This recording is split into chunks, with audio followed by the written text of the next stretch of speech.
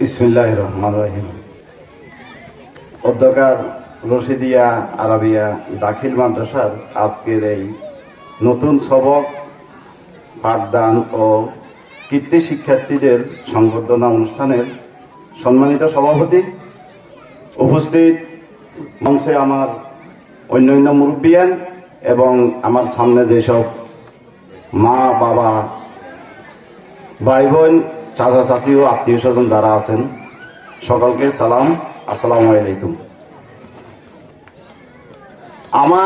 আমার নাম মোহাম্মদ সানাউল্লাহ। আমাকে পুরুষ যারা আছে তারা চিনবে, মহিলাদের মধ্যে অত কম ভাগ চিনবে, বেশিরভাগ মহিলা আমাকে চিনবে না। আমিও এই এলাকার সন্তান। আমাদের বাড়ি আপনাদের পাশে, এই হালিমবাজারের পশ্চিম পাশে দিক দরবেশও বাড়ি বলে, আমাদের বাড়ি ওইটা। তো এখানে যারা আছে, আসলে আমি নিজেও অনেক মহিলা বা অনেক পুরুষকে চিনি না। এই রশিদিয়া আরবিয়া দাখিল মাদ্রাসা যেখানে প্রতিষ্ঠিত হয়েছে, এটা এক সময় নদী ছিল এবং এই যে একটা রাস্তা দেখতেছেন আপনারা, এই রাস্তাটাও তখন হয়নি, এখানে একটা আইল ছিল। আমরা এখানে আসি, ওই যে ছোট ডান্ডা কয় আর কি, হাড্ডুডু খেলতাম, ছোট ডান্ডা খেলতাম, কাবাডি খেলতাম। আমি এখান দিয়ে হাঁটি যাই, এই যে সানমিয়া সারেং বাড়িতে শিক্ষকতা করতাম, ওইখানে প্রাইভেট পড়াইতাম।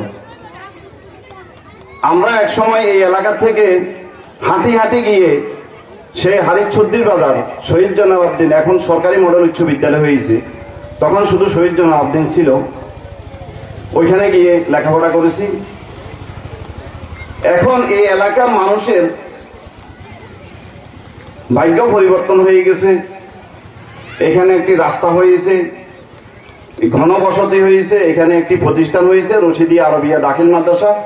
এটা সম্ভবত 2021 সালে প্রতিষ্ঠিত হয়েছে।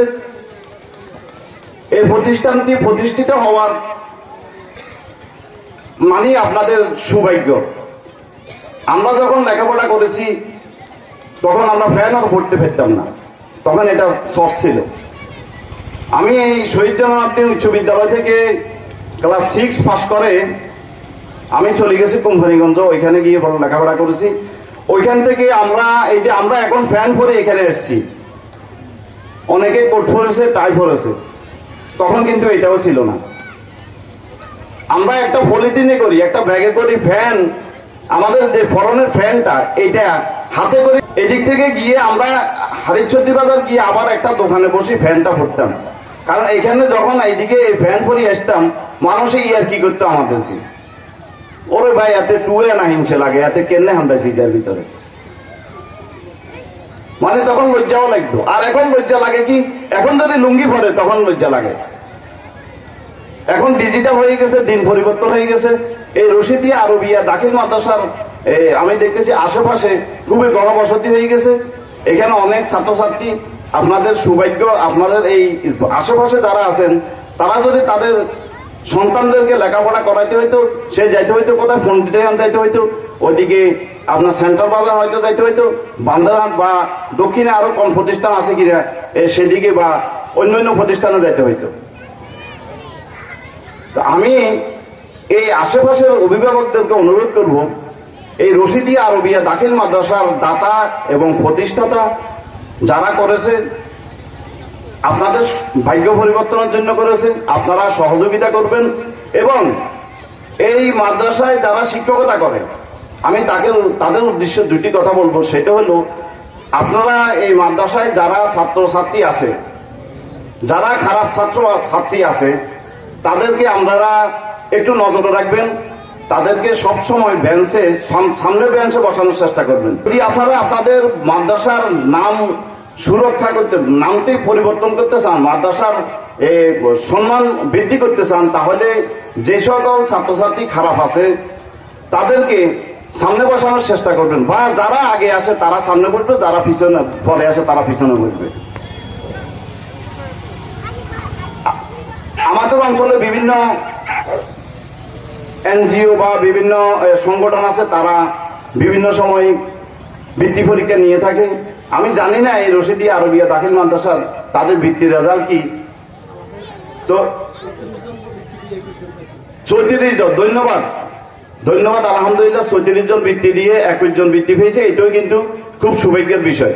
তাহলে নিশ্চয়ই শিক্ষকদের একটু অবদান আছে, মা বাবাদের অবদান আছে, শিক্ষকরা লেখাপড়া করায়। তো শিক্ষকদেরকে অনুরোধ করব আপনারা একটু এই রশিদি আরবিয়া দাখিল মাদ্রাসাটার সম্মান রক্ষার্থে আপনারা যেন আপনাদের সন্তান মনে করে এই এলাকার সন্তানদেরকে মা বাবা এসে, আমরা দেখতেছি এখানে মায়েরা বেশি আসছে, বাবারা কম আসছে। মায়েরা তো সবসময় আসতে পারবে না, বাবারাও সবসময় আসতে পারবে না। আপনারা একটু নজর রাখবেন, তাহলে আপনারা দেখবেন আপনাদের এই এলাকাটার ভাগ্য পরিবর্তন হয়ে যাবে, শিক্ষার মান বাড়বে, শিক্ষার মান উন্নয়ন বাড়বে।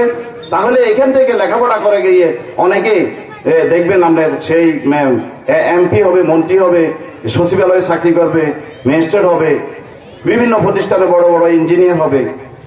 তাহলে নামটা হবে কি, এই রশিদি আরবিয়া দাখিল মাদ্রাসা থেকে সে লেখাপড়া করে গেছে। তো আসলে অনেক বক্তা আছে, আমি আর বক্তব্য বেশি দীর্ঘায়িত করবো না। সকলকে সালাম এবং শুভেচ্ছা জানিয়ে আমি আমার বক্তব্য এখানে শেষ করছি। আসসালামু আলাইকুম।